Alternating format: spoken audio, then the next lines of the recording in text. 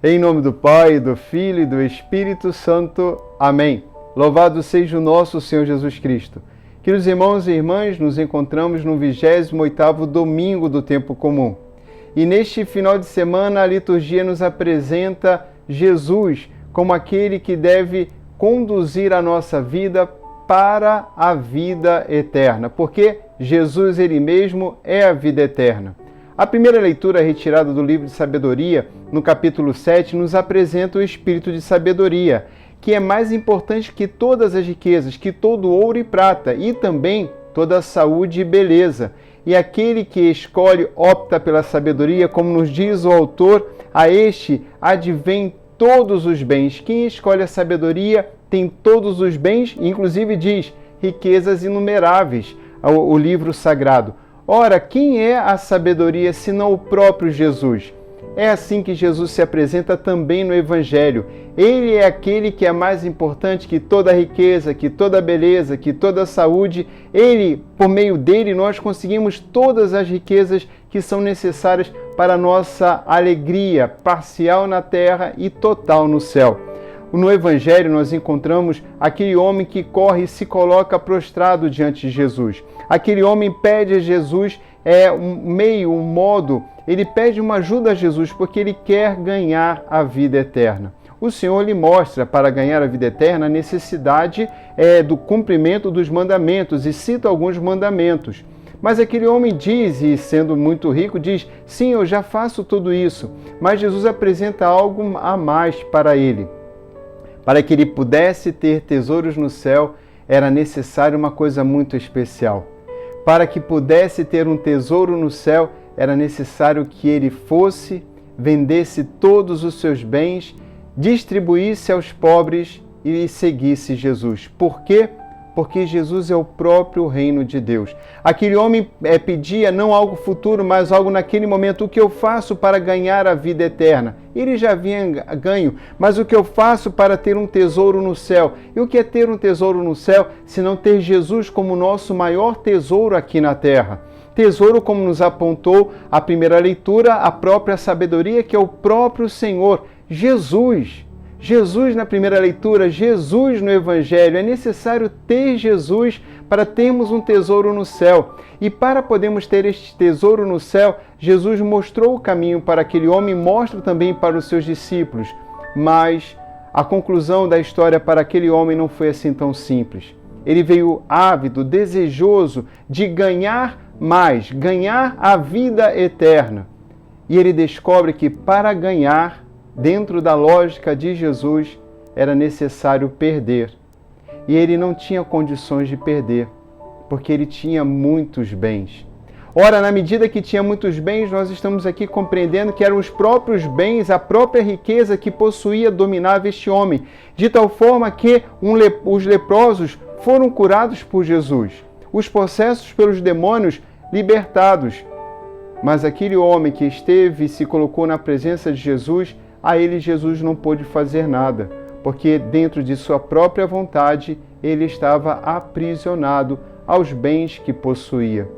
Queridos irmãos e irmãs, aqui nós não vamos excluir todos aqueles que possuem algum bem.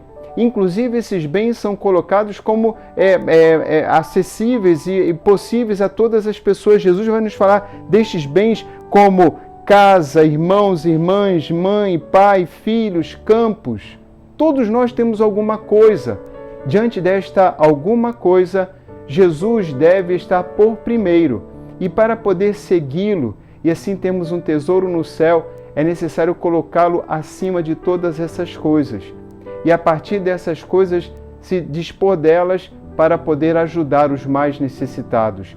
É assim que quem perde, quem doa, quem deixa todas essas coisas, já aqui na terra, obtém o cêntuplo, diz o Senhor, e vai concluir na vida eterna, no futuro a vida eterna. Esta é a grande promessa do Senhor.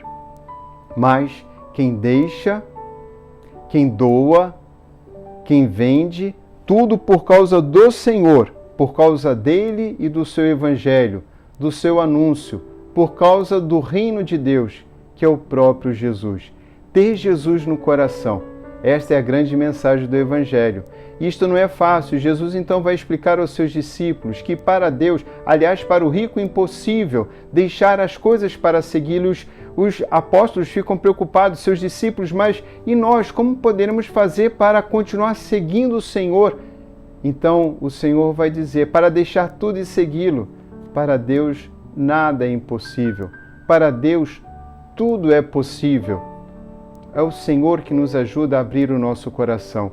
O Senhor revela também a nossa condição, como aquele homem que aqui neste Evangelho pede para ganhar a vida eterna, e Jesus pede que ele perca tudo, que ele doe tudo, que ele distribua todos os seus bens para ter Jesus em sua vida no seguimento e segui-lo no seguimento do Evangelho. Aqui nós temos a segunda leitura nos mostrando que Jesus faz assim. Jesus revela o que nos prende. Jesus nos mostra o que nos amarra.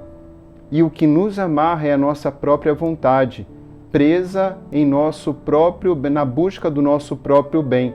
É o que vai dizer Santo Agostinho sobre o pecado. Amar a si a tal ponto que chegamos ao desprezo de Deus. Mas o grande convite e a ação do Espírito Santo em nossas vidas é amar a Deus até o desprezo de nós mesmos. E aquele homem, no Evangelho, então se confundia com seus bens. Não podia seguir Jesus porque ele estava confundido e preso às suas riquezas.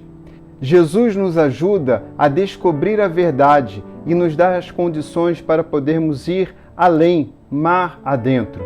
Mas como, Padre? Você pode me perguntar. Então a resposta está na primeira leitura. No começo da primeira leitura, nós encontramos o autor nos dizendo: orei e foi-me dada a prudência, implorei e veio a mim o espírito de sabedoria.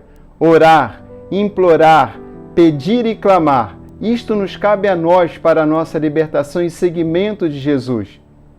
E ao Senhor, que é o nosso Deus, Jesus, nosso Deus e Salvador, realizar em nós aquilo que nós não podemos, realizar em nós o impossível. O que devemos fazer e o que o Senhor é capaz de fazer por nós.